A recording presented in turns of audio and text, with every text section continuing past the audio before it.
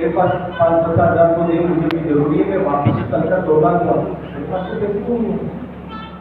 अब मोदी ने बहुत अच्छा काम किया, जिस दिन नोटबंदी हुई ना, पता नहीं कहाँ से निकल गए अंदर, पता नहीं साड़ियों के बीच में गया था, घुसा अंदर रखे, वो सब निकाल बता दिया था। आप कहाँ से आए, आपके पास ये कहाँ से आए?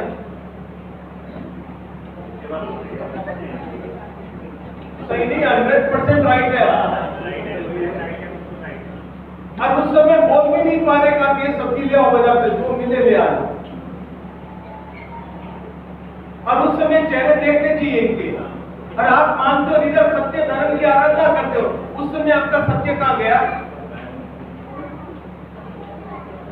मांग कौन रहा है? करके ही तो मांग रहे हैं, इनको कोई जरूरी होगा इसलिए दुकान ऑफिस के लिए मांग रहे होंगे, और उसके लिए भी आपके पास नहीं है। और जैसे ही रात को बैन लगा, सुबह सब कागज हो जाएंगे, तो सुबह सुबह सब निकलने, पता नहीं कहां कहां कौन से कौन से कहां रखे, पता ही नहीं आपको। वो सब 1000 के 500 के निकल रहे हैं। फिर सत्य धर्म की आराधना का हमारे जीवन में,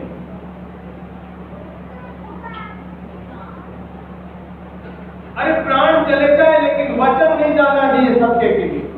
परमात्मा की बात को कभी मिथ्या नहीं होने देनी चाहिए।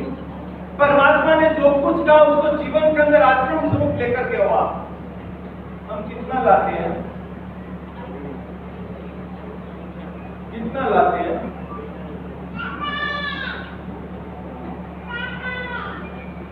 एक तो उस समय ठीक रहे, या अभी कोरोना काल में बिल्कुल चुपचाप रहे, किसी की कोई बोलने की हिम्मत नहीं, बात मत जाना, एक कुछ हो गया तो।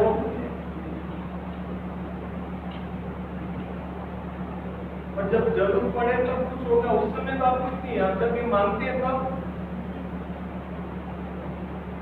अरे जीवन में सोचो सत्य क्या है, अपनी आत्मा में सत्य को बैठा करके रखो। आप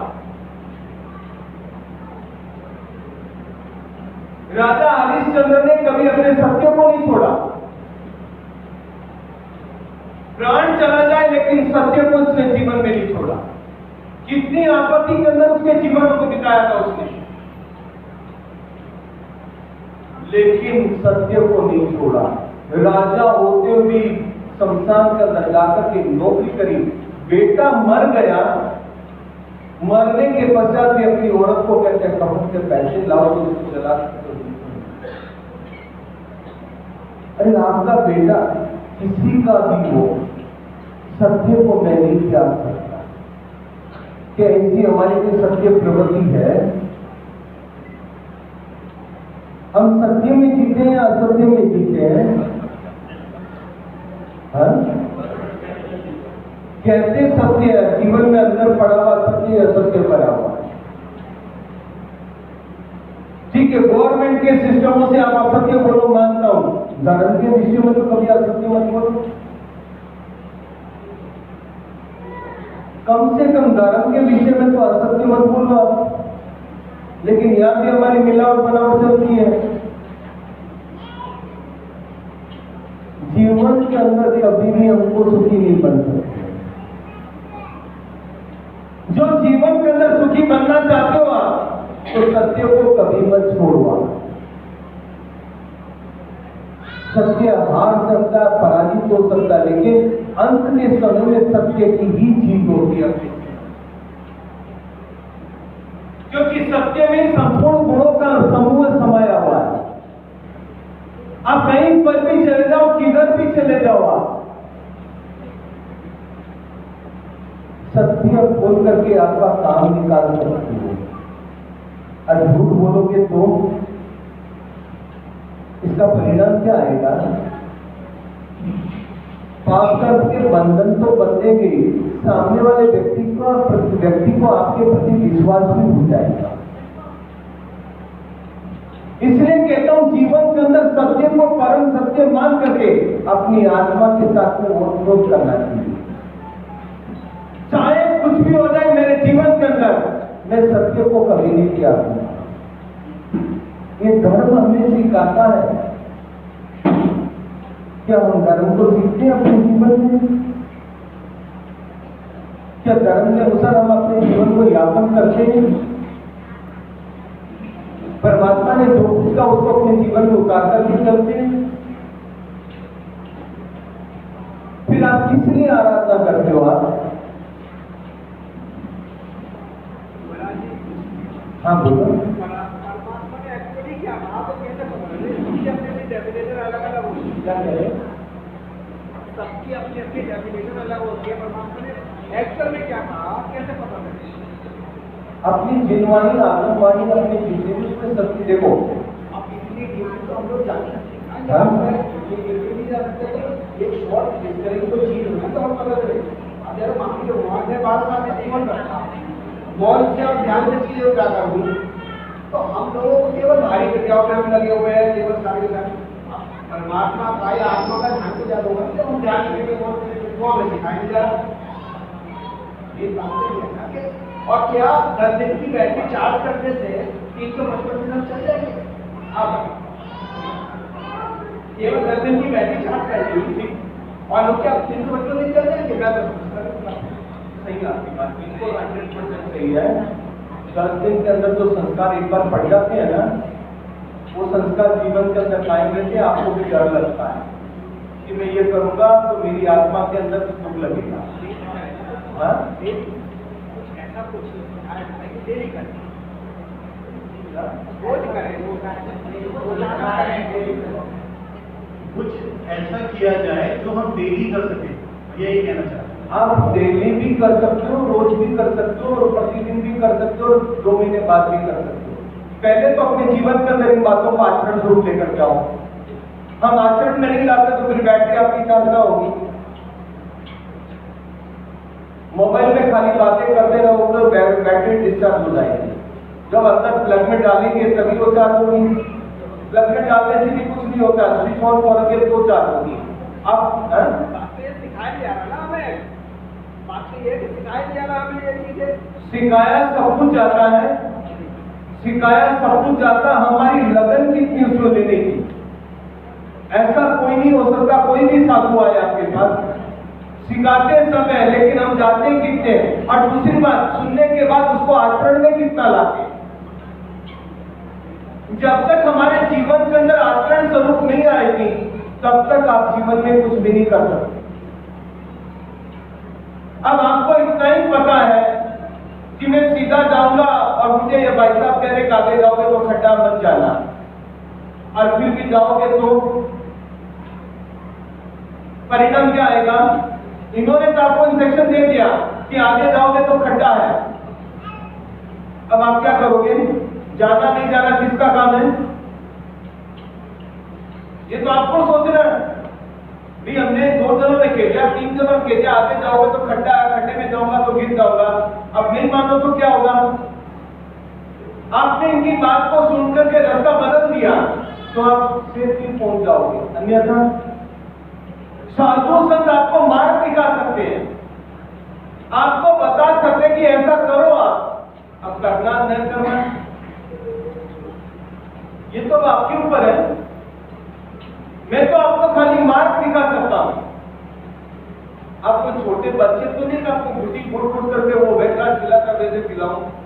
मैं बोल सकता हूं, आपके लिए सब कुछ रास्ता बता सकता हूं। कोई भी साधु आएगा वो आपको मार्ग बता सकता है। अब उतारना नहीं उतारना, अपने जीवन में उतारना या नहीं उतारना किसका काम है? और दूसरी बात, हमारे जितने भी आगम है ना संस्कृत में, जो सही बात है, आप लोग क्या करते हो? बच्चों को सबसे पहले इंग्लिश मीडियम में डालना था। परमात्मा की वाणी को पढ़ना हो ना, पहले संस्कृत सीखो आप। जब तक संस्कृत और प्राकृत भाषा नहीं सीखोगे तब तक उनका क्या सार है, क्या तत्व है, वो आपके जीवन में नहीं आएगा। और उसके लिए हमारा कोई प्रयास पुरुषार्थ है? हम लोगों को तो क्या सब रेडीमेड चाहिए, हर चीज आप रेडीमेड चाहते हो, लेकिन सीखने का प्रयास और पुरुषार्थ करोगे तो उसका तथ्य मिलेगा कि सही झूठ बातें हमारी क्या है। और इसलिए कहते कि हम लोगों को कुछ समझ में नहीं आता। परमात्मा ने जो कुछ बताया बिल्कुल सत्य बताया। आप कल ही मैंने कहा था सम्यक दर्शन ज्ञान चैत्राणी मोक्ष मार्ग, दसवां सूत्र का पहला ही सूत्र है। परमात्मा ने क्या कहा? सम्यक ज्ञान, ये बाह्य ज्ञान नहीं, सम्यक ज्ञान। ज्ञान कौन सा? परमात्मा ने जो अपनी भाषा से प्रस्तुत किया वो ज्ञान। सम्यक दर्शन यानी कि परमात्मा के प्रति अटूट श्रद्धा। सम्यक चारित्र है, परमात्मा ने जो चारित्र बताया है, इसकी जो भी परंपरा में बताया है, उस चारित्र को अपनाओगे तो ही आपको मोक्ष मार्ग मिलेगा। पहला ही सूत्र है कि हम सम्यक ज्ञान को अपनाना चाहते हैं। सम्यक ज्ञान को अपनाने के लिए परमात्मा की वाणी को पढ़ना पड़ता है। कितना समय निकालते हो वाणी पढ़ने के लिए? आपके हाथ में 24 घंटा मोबाइल रहता, मोबाइल से जोड़ करके परमात्मा की वाणी कितनी पढ़ते हो आप? परमात्मा के प्रति आपको कितनी श्रद्धा? कैसे बोलता है? अगर समझो आप परमात्मा की पूजा कर रहे हो, आप पूजा कर रहे हो और इधर आपका लड़का आकर के पिताजी पापा दुकान में ऑफिस में बहुत बड़ी पार्टी आई है, तो पार्टी हाथ से न छिटक जाए तो क्या करोगे आप? आपका मन कहाँ जाएगा? सच्ची सच्ची बता दो। वो पूजा की कि नहीं की? फटाफट सबके साथ में खड़े तो चुपचाप तो रहना ही पड़ेगा। की कि नहीं की? वो कब रास्ता निकलो यहाँ से, कब भागो? कहाँ है आपको श्रद्धा? क्योंकि आपको तो एक ही पार्टी नहीं जानी चाहिए मेरा, लेकिन ये कभी नहीं विचार करते हो कि इस 3 लोग की पूजा की करूंगा तो मेरी पार्टी कहीं पर नहीं जाएगी। आपके भाग्य में लिखिए वो पार्टी आपके साथ में ही रहेगी। तो हम ये भी तो मान सकते हैं कि जैसे हमारे भीतर ही विराजमान है, हर समय हमारे भीतर ही हर समय विराजमान है। हाँ, आप विराजमान क्या करते हो? तो विराजमान मान सकते हैं ना? नहीं, कैसे मानती? मैं कैसे मान जाऊँ? अभी आप पूजा के विषय में आप परमात्मा को मान नहीं सकते तो हृदय में कैसे मान? हृदय में परमात्मा को और ज्यादा ठग दोगे आप। नहीं मान ही कर सकते। नहीं वहाँ तो अंतरात्मा तो बता देगी, वहाँ कैसे डरोगे? आप अंतर आत्मा तक तो पहले उतरे ही नहीं हो।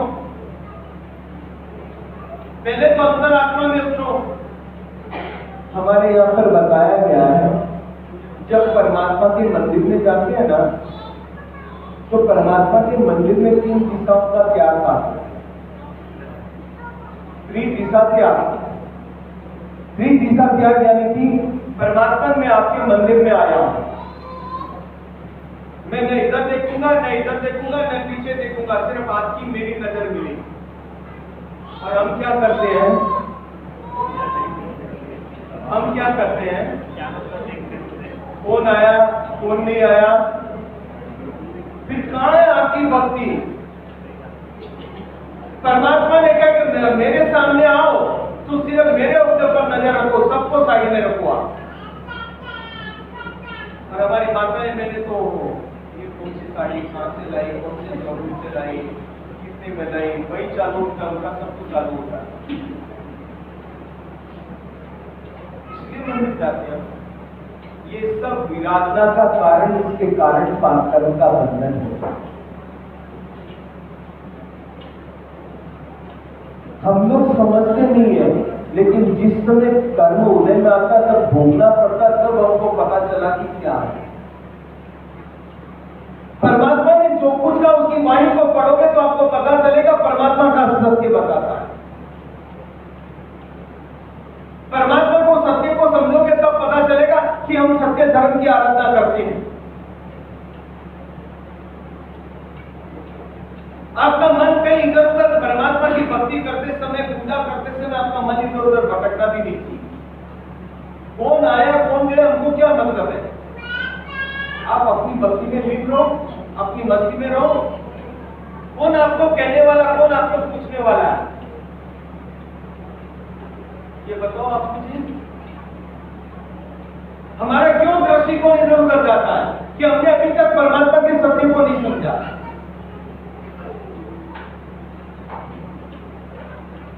और कई बार तो ऐसा होता है, मंदिर में जाकर बाद जूते पहन करके कोई जूते ले गया तो आपका सत्य धर्म कहां जाएगा? होता कि नहीं होता है? इसीलिए तो कहा कि मंदिर में कभी भी जाओ तो जूते पहन करके, चप्पल पहन करके जाना ही नहीं। ये तो शाश्वत है, किसी को भी पूछ सकते हो आप। और हम बराबर जाते हैं लोग को दिखाने के लिए, कभी मेरे 5000 में क्यों आए हैं। परिणाम हमारा ध्यान विचलित हो जाता है। होता तो नहीं होता? ध्यान को परमात्मा के सामने जाने के बाद ध्यान को विचलित नहीं करना है। हमें अपने आप को जानो कि परमात्मा तुमने जो कुछ बताया वो बिल्कुल सत्य बताया, उसको मैं अपने जीवन के अंदर उतार करके आचरण स्वरूप लेकर के आऊंगा, ताकि मेरे जीवन के अंदर भी सत्य के कमल खिलते रहे। और जितना सत्य का कमल खिलेगा उतनी आपकी आत्मा कर्मों के बोझे से हल्की बनती जाए। गाढ़ कर्मों का बंधन हमारी आत्मा के अंदर पड़ा हुआ है। पता नहीं रोज हम नए नए कर्मों को बांधते हैं। कर्मों से छुटकारा पाने के लिए सत्य धर्म की आराधना है। परमात्मा ने तुम्हें जो कुछ कहा बिल्कुल सत्य का, उसको मैं अपने जीवन में अपनाऊंगा, अपना करके उसके आचरण स्वरूप में जीवन के अंदर आगे बढ़ूंगा। क्या वैसी कोई भावना होती है हमारी? आप धार्मिक स्थल की बात करो, बाकी के सब छोड़ दो। आप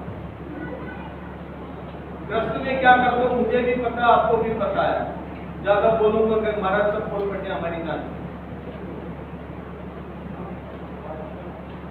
कम से कम धर्म स्थान के अंदर तो सत्य के प्रति अडिग रहो आप।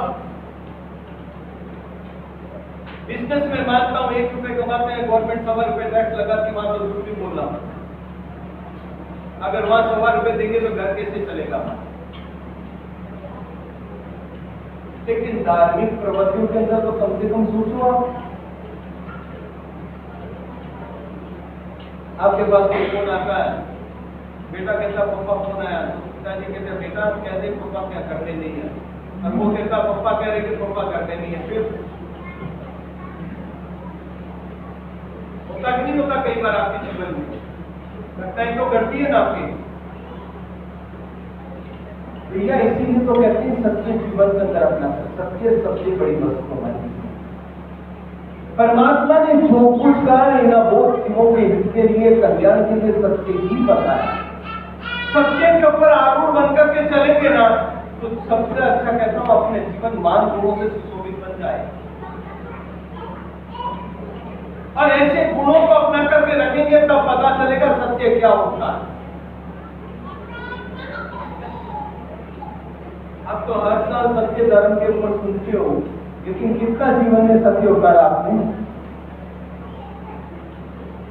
आप तो हर साल आते हो ना, बताओ ना क्या कितना उतारते हैं? वो तो सब जगह है, वो तो मैं भी जानता हूँ, गर्दन हिलाना सब जानते हैं। और जीवन में आचरण कितना हो कोई पता है? भैया ऐसा नहीं है। अपनी आत्मा को ठग रहे हो आप। अपनी आत्मा का दुर्गति का द्वार आप स्वयं खोल रहे हो। आपको स्वयं को होना चाहिए नहीं, मैं मेरी आत्मा के लिए वफादार हूं। परमात्मा ने जो कुछ कहा बिल्कुल सत्य का है, सत्य को मैं अपने जीवन के अंदर अपना करके अपने जीवन के अंदर सत्य की आराधना साधना उपासना करूंगा तो जीवन के अंदर मेरा कल्याण होता है। और कल्याण होगा तो निश्चित कहता हूं कि आत्मा जल्दी से जल्दी मोक्ष कामी बन जाएगी। आज ऐसे सत्य धर्म की आराधना करते करते हम लोग अपने जीवन के अंदर पर्युषण की सही मायने में आराधना करनी हो तो सत्य धर्म को आत्मा में बसाओ। दुनिया चाहे जो कुछ के दुनिया को अगर बसाना चालू करोगे तो अपने जीवन के अंदर प्रदूषण बचेगा। प्रदूषण से हमारी आत्मा दुर्गति को चली जाएगी। ऐसे सत्य धर्म को अपना करके आत्म कल्याण के मार्ग के ऊपर आगे बढ़े, इसी मनोभावना के साथ जिन आज्ञा विरुद्ध उत्साह हो या किसी को कटु वचन लगा हो तो नीति मानने के पड़ा।